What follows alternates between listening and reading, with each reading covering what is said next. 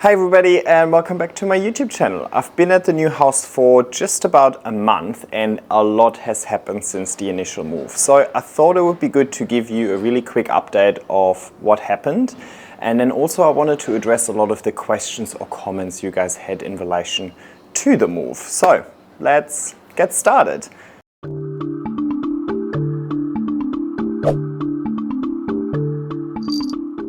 Alrighty.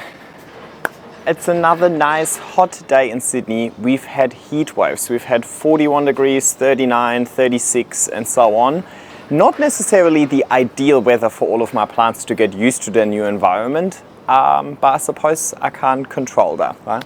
Now I filmed a full video on the garden makeover and so on, so I'm not going to go through it in too much detail. Plus I want to film a really in-depth houseplant tour as well, where I really touch on every single plant. But so far, so good. The greenhouse is thriving. Everything is going really well in there. We are approaching the afternoon, so as the afternoon approaches, there's more and more direct sun coming into the greenhouse, which is probably not ideal because it does heat up quite a lot, but the misters helps it stay cool, and the afternoon sun isn't all too strong anyway. Loving the seating area over here. Everything has been thriving. Maybe just a quick shout out to the Verrucosum. It is growing yet another leaf. That is already the fourth leaf since I repotted it in my previous garden video. So giving it a bigger pot and the roots room to expand really did the trick over here. On this side, we've got some moss poles over here. They are getting quite a lot of sun as well, but they seem to be handling it okay. So time will tell, we'll see. And then over here I've got my sprout pots. One of the cucumbers has actually recovered, happy days. The other cucumber did not, so she was replaced by a tomato, which is already thriving. The mint is absolutely thriving. I keep cutting it back and making a lot of mojitos over here, and Brad absolutely loves his little pot of grass. He sits in it every morning and has a little bite to eat. Now, cannot do a tour without pointing this one out because it is thriving at the moment. This is my Canna Stuttgart, and that was just an empty pot 3 months ago. But it is now giving me these amazing variegated leaves over here. And that gets a lot of morning sun, a lot of afternoon sun, and a lot of sun in between. So just a lot of sun in general. Maybe just a really quick update over here. Remember the bird of paradise that I rescued from the nursery? And if we pan up, you can see that one ugly leaf that it had when I was rescuing it. You can see it had a really long petiole and quite a small leaf. This leaf over here is the first one that it is growing since I recovered it. Unfortunately, it's kind of unfurling a little uneven, so it's split already, but already you can see that the leaf to petiole ratio is much better. And I suppose that's just because I gave it a fresh pot of soil, more room to expand for the roots, and I'm giving it more water and more sun. And there's another new shoot coming out over here as well, since I gave it a repot as well. So hopefully same impact as the repot had on the Verrucosum, and the plant is now finally thriving. Alrighty, let's go inside where it's nice and cool. Let's talk about that actually. For the first time ever, I actually have air conditioning in my house, which has been a godsend for us. Because it has been so hot in here, but I don't know how my plants are going to react to that. I suppose we will find out. I set it up so that no plant is kind of getting too much draft, but see how we go. I know it's going to be challenging from a lighting perspective because we're obviously filming against the light, but I suppose this is what we've got to deal with. I bought a new couch and I'm really happy with it. The other couch was just a little bit too small for two of us.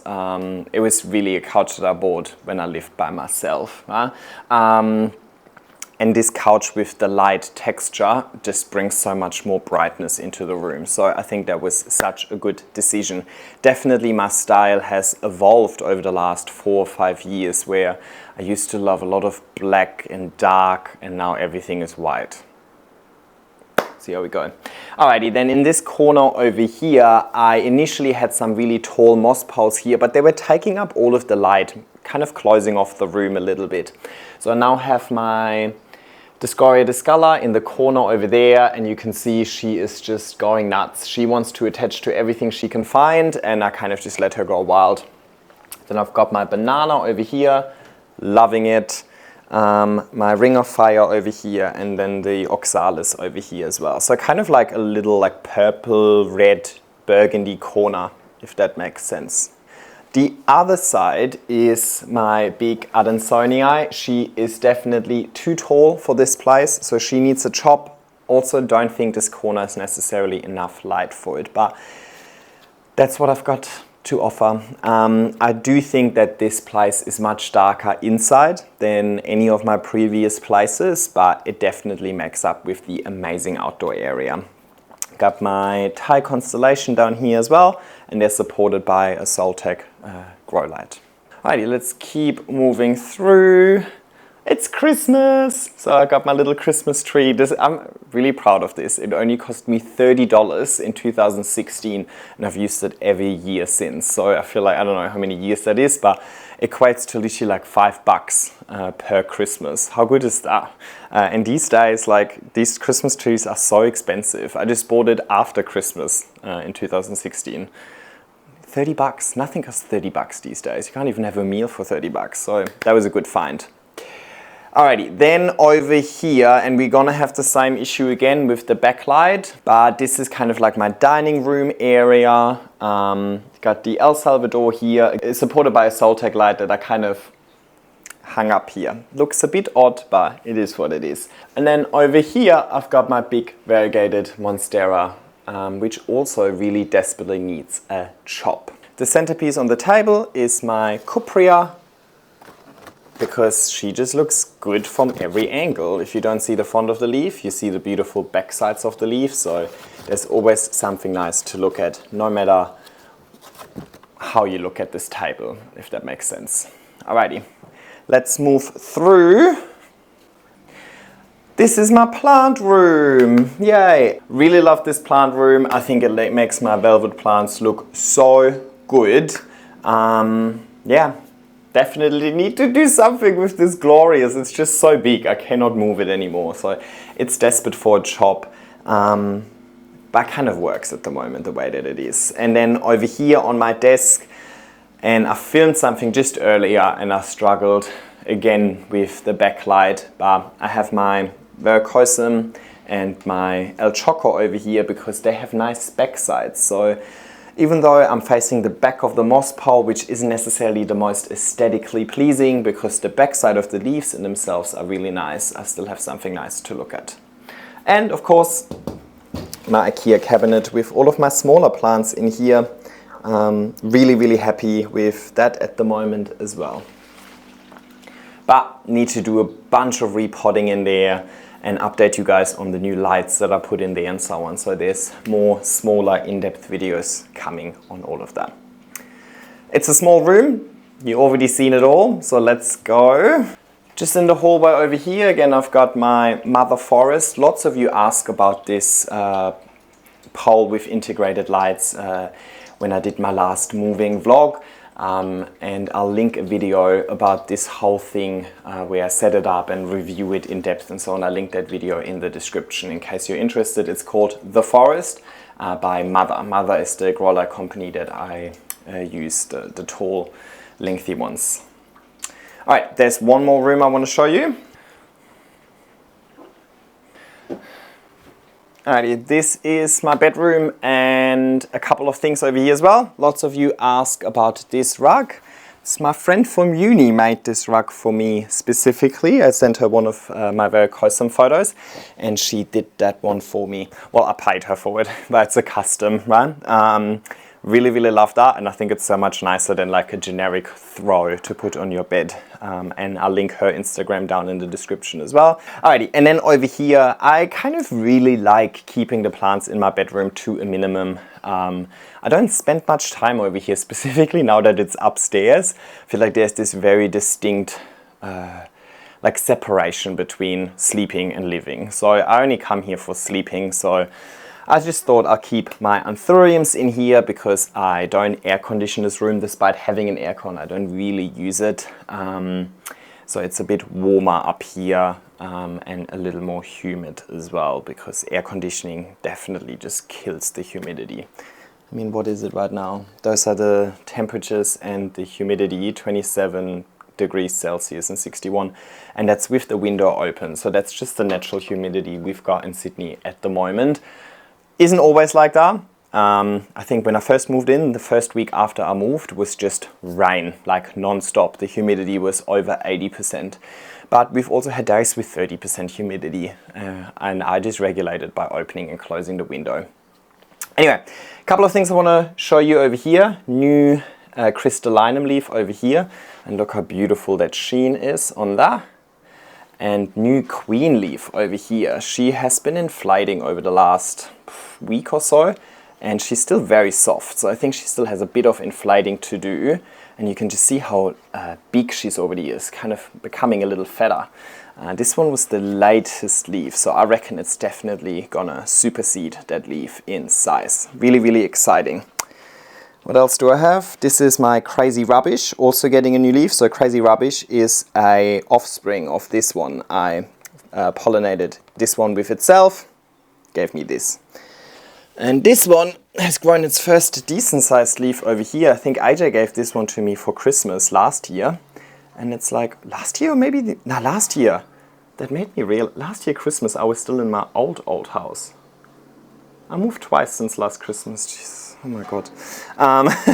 This is weird when you think about it like that. Anyway, I think it's a white sinus clarinervium hybrid, but I think it's quite unique compared to the other plants. I mean, technically they all look very similar, but yeah.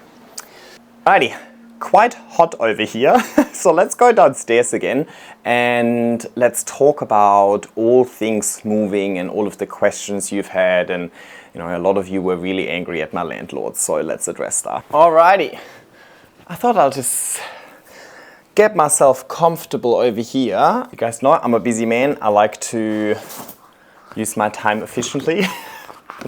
So I'm gonna just put a few grow vertical poles together while I talk to you about the move as well. So first things first, I really need to thank everybody for all of your support on these moving vlogs. Like, that was so nice to see that so many of you supported me through that move, and so many of you watched the videos. Again, you know, watching my videos is the best way for you guys to support me. So seeing that so many of you were interested in watching the vlogs and leaving really nice comments and being so supportive, honestly made my heart melt a little bit. That was really, really nice to see.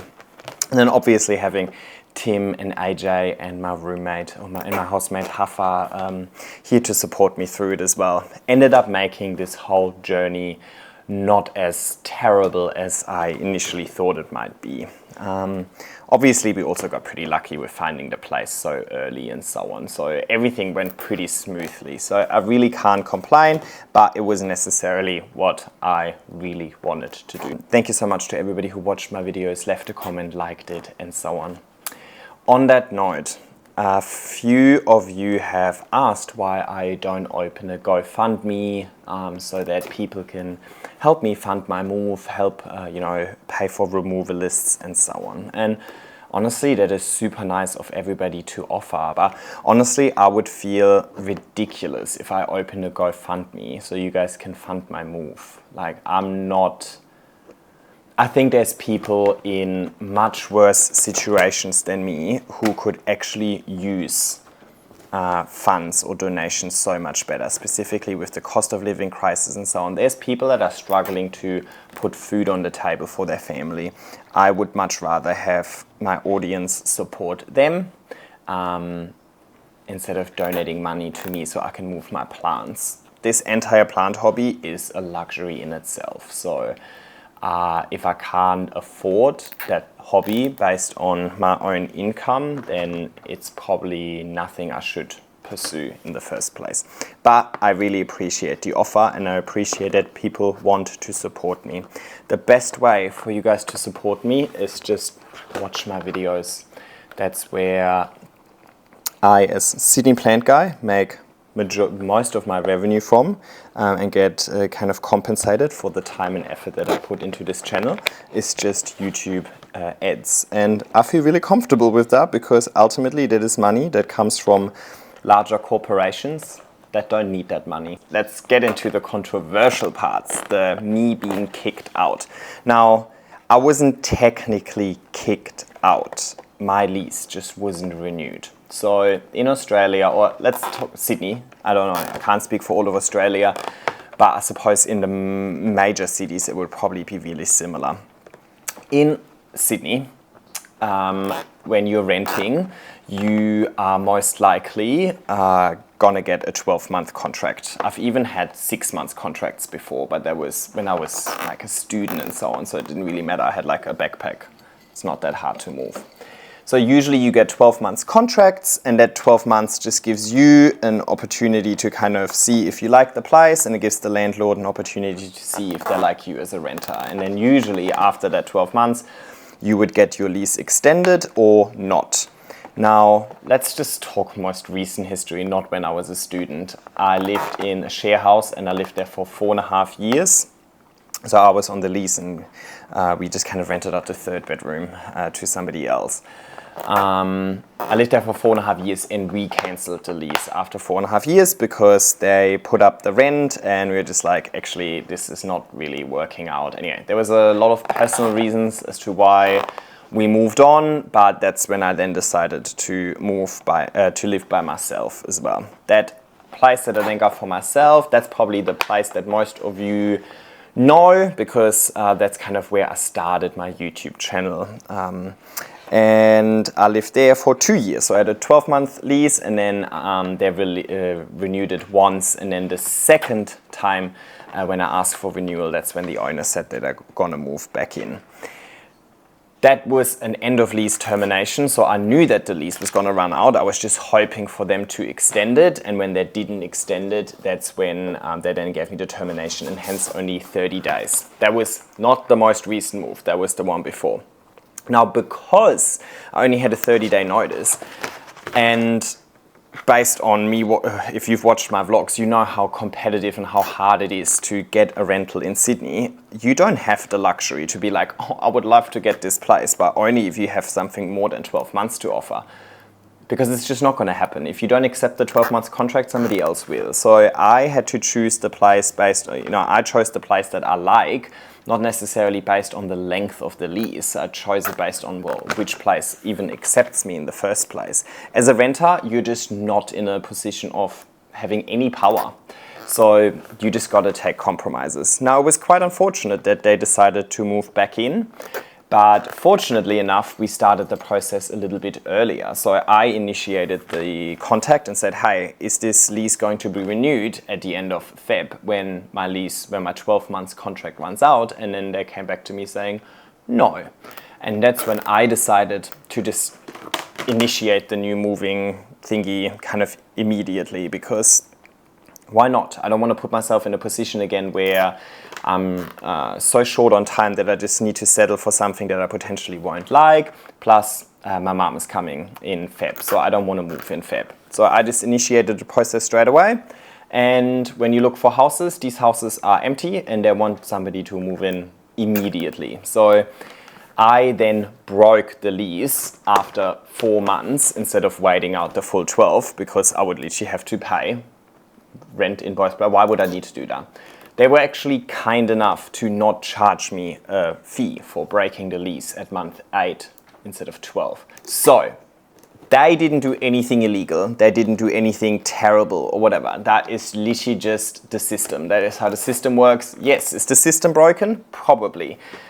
Did they do something wrong? Absolutely not. You also don't know in what position they are. You don't know if they have a mortgage on that place, for example. They could have a mortgage, and with interest rates have been going up and up and up all the time for the last 2 years. It could well be that their mortgage repayments are higher than the rent that they charged me. So they might actually make, from a cash flow perspective, a loss. Obviously, they have the capital and so on. But if they then don't have a second property to live in themselves and they need to rent themselves while renting out their unit to me, then, well, they could be subject to getting kicked out as well. They could be subject to rental increases where they eventually say, you know what, we can't actually afford renting this place because we are going into minus by renting out by renting a place while renting out our investment property. Anyway, it doesn't matter. This is just hypothetically speaking. I don't know why they moved back in, but I wasn't necessarily expecting that. I just thought purely based on the rent that they charged me that I probably don't have a mortgage, but that was just my assumption. At the end of the day, they can do with their property whatever they want to do. That property, that place is worth about 1.3 million, the last one. Yes, if you have a $1.3 million apartment, you can totally do with it whatever you want. And if they want to move back in, then so be it. That is the life as a renter. So I just wanted to address that. Nobody's done anything wrong. Nobody's broken any law. Nobody has done anything but just stick to the contract. It's just a series of unfortunate events. A lot of you thought, oh, they saw what you've done with the garden and that's why they want to move back in. I don't think that's true. I think maybe they want to move back in now that the tree was removed. Maybe they didn't feel comfortable with the tree there before because it's a bit of a hazard, but they don't necessarily know what my garden looks like. Everything goes through agents. The landlords don't just walk into your apartment or just don't come and see what it looks like and so on. So I don't think they would know. I don't think they're aware of me being a plant person and all of that. So yeah, and the agent also absolutely did nothing wrong. I actually really like that agent. I've been with that agent for 6.5 years, or was with that agent for 6.5 years. This is a new one. And they were super nice. They offered help in finding me a new place and so on. So nobody's done anything wrong. It was honestly just timing. I did get my full bond back as well. So, and that like literally the day after I vacated and dropped off the keys. So everything went really smoothly and fairly, and there's absolutely nothing to complain apart from the universe just wanting me to move again. And you know what? It worked out for the better, right? I mean, a lot of you guys addressed it. A lot of you guys left comments saying that this is your favorite place, and it's mine as well. Definitely, it's also the most expensive place by far. This place is more than twice as much as the last place, but obviously I'm not living here by myself anymore, so that's good. But yeah, if you pay more than twice, you better get something nicer out of it. That last place was an absolute steal and absolutely unique to have an apartment with so much garden space. Unheard of. So I'm lucky that I was able to live there for the time that I lived there. And I was lucky that I got it so quickly when I needed it back in March. But I'm also really glad that I now live here. And I'm really, really glad that the move is over. Also, sorry, just on that short-term rental thing as well, it's like, yeah, look, the 12 months rental, I don't know why that's such a common thing. I think it's because it just happens a lot. There's a lot of people coming and going, upgrading, leaving, changing because their family expands and so on. I feel like it's a very common thing in Sydney to just move. Whereas growing up in Germany, like we never moved. I mean, we owned the place as well, but I think none of my friends really ever moved and so on. It was just not as common to rent in the first place. And it was not as common to move. But, Sydney is a huge city with lots of immigrants like myself. People are coming and going all the time. People are changing and their house changes with them. It is very common. And when you move in here, that's it. You just bring your furniture, you bring your suitcase, and that's it. If it wasn't for the 10 days of moving plants, this move would have been so easy and so smooth. And the house comes with everything. Like you usually bring a fridge, washing machine, and furniture. That's pretty much it. Like in Germany, some places don't even come with kitchen. Like you rent a place and the place just has like a plug and a spot to put your plumbing in. Like, of course, if you move into a rental where you need to bring your own kitchen and get it installed and it takes you 6, 7, 8 months to even get your kitchen sorted in the first place, then of course you don't want to get kicked out after 12 months. But I was settled in on day 2, right? So, yeah, anyway. This time around, I asked for an 18 months lease. They said they don't do 18 months leases, but we compromised on 15 months, which is good. Plus, the owner lives in Western Australia, so the chances of them wanting to actually occupy the place themselves are quite low, but I don't want to jinx anything. Touch wood. Okay, let's address my absolute favorite comment, and I got that quite a bit actually. Most of them were nice about it. Some were really rude. One actually said, it's your own fault that you need to move all the time. You should just buy something already. It's like, just buy something already. Let me put it in context. This house is $2.3 to $2.5 million. Yeah.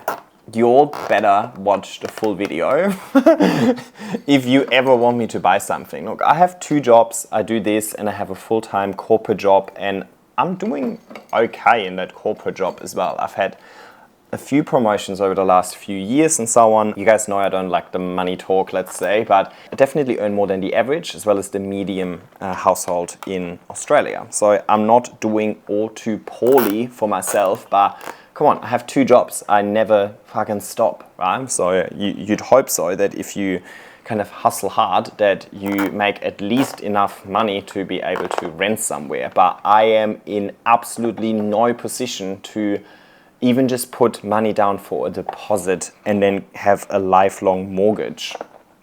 Nowhere near. I think I saw something yesterday where they said to comfortably own a house in Sydney, you need to be earning $600,000 a year. Yeah, well, I'm very, very, very far away from that. I'm much closer to 0 than I am to 600K. Let's put it that way without saying too much. So yeah, buying a place in Sydney is not necessarily a realistic thing.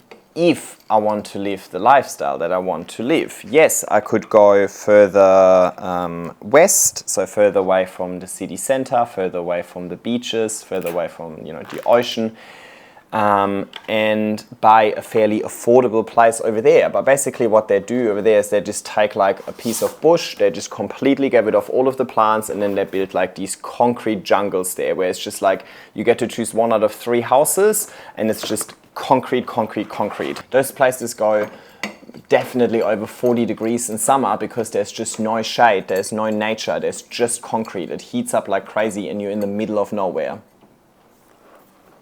Yes, if home ownership is your dream, then that is the most realistic way to do it. But I just feel like for me, it would also kind of be social suicide.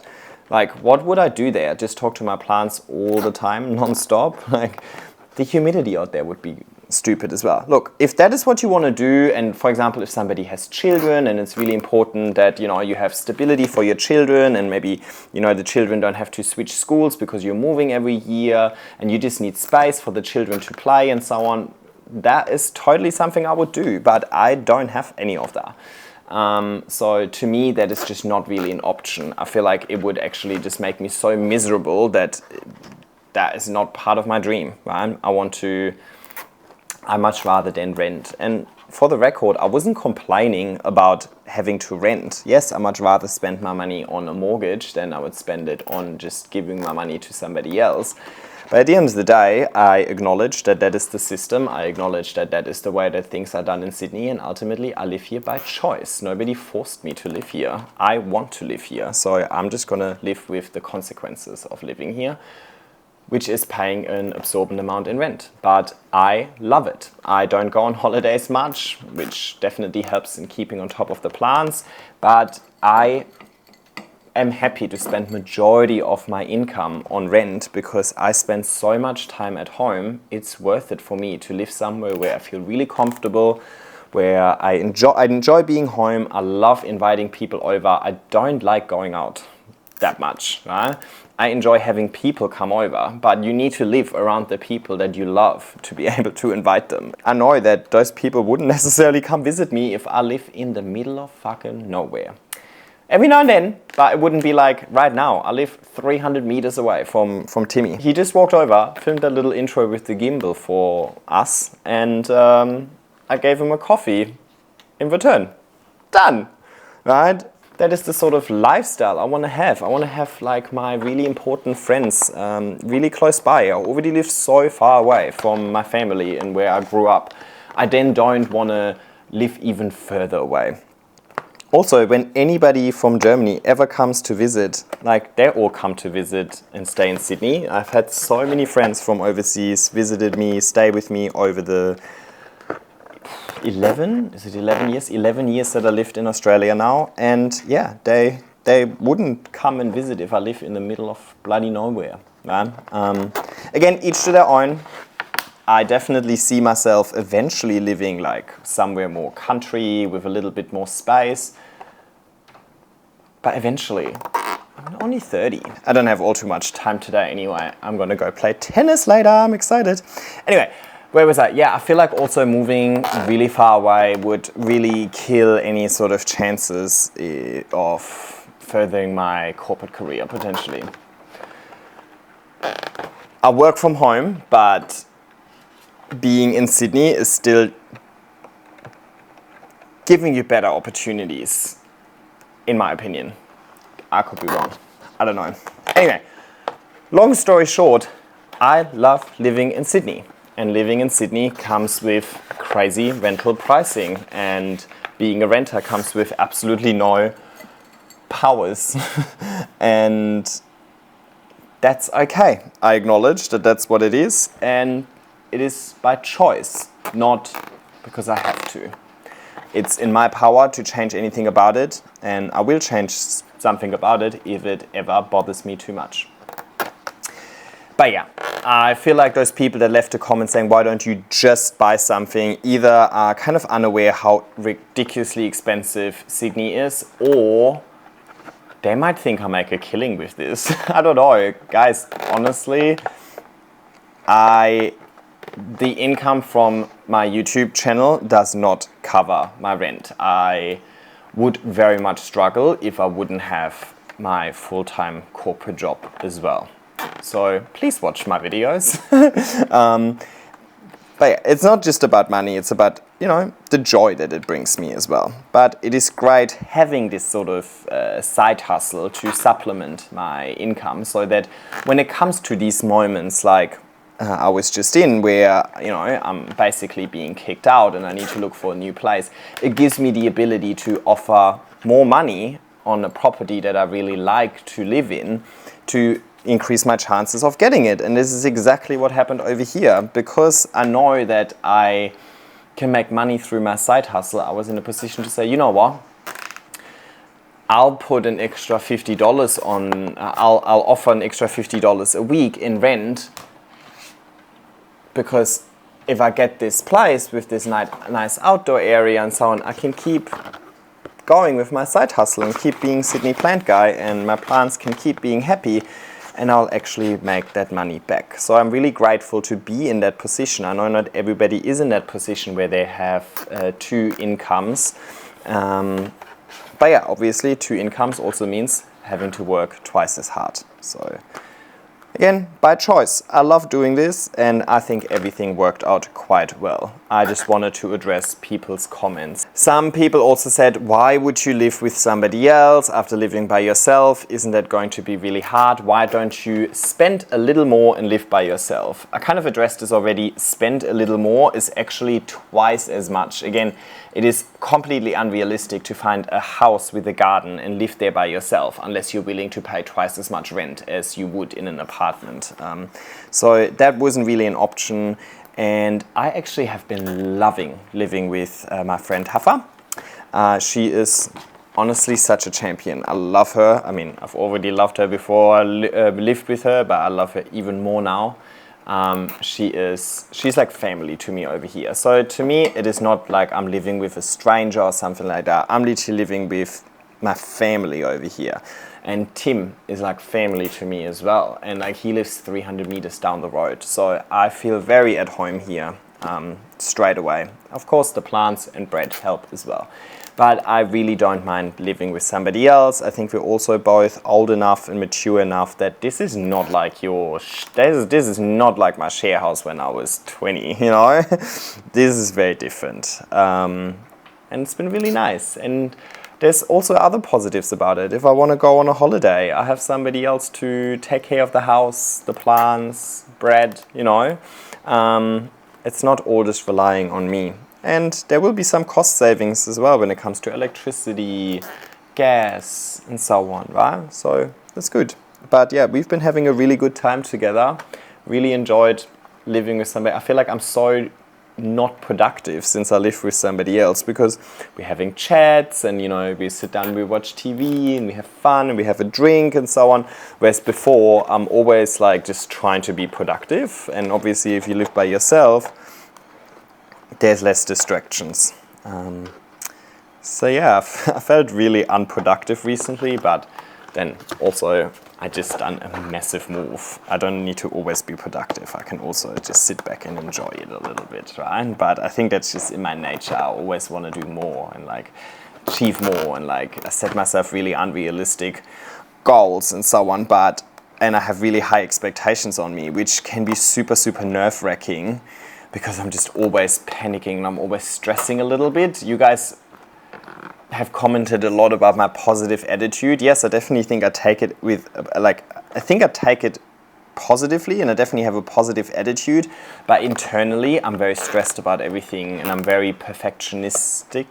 I'm a perfectionist. At the end of the day, while it sometimes makes the process a little bit hard for me because I'm just have these high expectations on me, I think it works out in the end, because I always work so hard on everything and I try and achieve everything and I try and make it kind of perfect, that I feel like I'm usually really prepared. And you know, ultimately the more effort you put into something, the more likely you'll be rewarded. So, you know, things don't just come naturally to me or easy. I work really hard for these things and I've stressed myself out about all of these things, but I think it works out in the long run for me. Now, my flatmate isn't necessarily somebody who wants to be on camera, which I 100% respect. Actually, my whole family growing up was never on social media. My sister is still not on social media. I mean, my mom and my sister have a social media account so they can watch me. Hello, if you watch this. But they don't post anything themselves. So they don't, you know, it's just like a stalking account. I don't know, what do you call it? And I totally respect that. Like, I was very similar to that. It took me a long time to be comfortable enough to talk on camera, to post about me and my life. I know exactly where people are coming from when they say that they don't want to be on camera, they don't want to publish their life and so on. And I 100% respect that. So you will not get to see my housemate. And Timmy is getting a little more comfortable in front of the camera. Like, I mean, Timmy has been helping me for years now with filming and so on. And he used to never really want to be on camera. I think even in the first moving vlog, I tried to cut him out as many clips as possible. But he's kind of warming up to it a little bit as well. So he's a little more comfortable in front of the camera. And yeah, we're gonna do his garden makeover as well. I asked him if he feels comfortable with that, and he said yes. But yeah, he doesn't have his own channel. Somebody asked if we can do a Q&A with Timmy and so on. I was like, I don't think so. I mean, I like that you guys show so much interest, but we gotta respect people's privacy. Okay, other questions. Why don't you move into a tiny home? I have way too many plans to move into a tiny home. Again, I feel like that would, while I love the idea of having like a tiny home somewhere on a land, maybe to go on a holiday and so on, I think from a living perspective, I think it would fundamentally change my lifestyle, and I'm just not ready for this yet. So we're going to do like a little speed round. The moving van with the mesh to hook my plants in. People thought that was genius. I honestly thought that was standard. I don't think I've ever had a van that didn't have the mesh in it, but maybe I just got really lucky. I don't know if this is an Australia thing. I don't know if this is just a me thing, but yeah, I've always had that van with the metal grid on the side, or that mesh on the side, and I didn't request anything specific for that. That's just how it came. Which place do I like better? Definitely like this place better. Much more room, much nicer outdoor area, seamless indoor-outdoor, right? Before you kind of had to go down the stairs, and then the courtyards were split in two and they weren't connected, so it wasn't really seamless. This way, it's like a seamless outdoor-indoor living. I love it. I'm honestly super, super happy here. Love it. Things happen for a reason after all. How is Brad and how are the plants? Brad, I mean, I don't know if you've seen the third part of my moving vlog, but he is honestly not fussed at all about the move, and he hasn't really been ever since. He's been very chilled.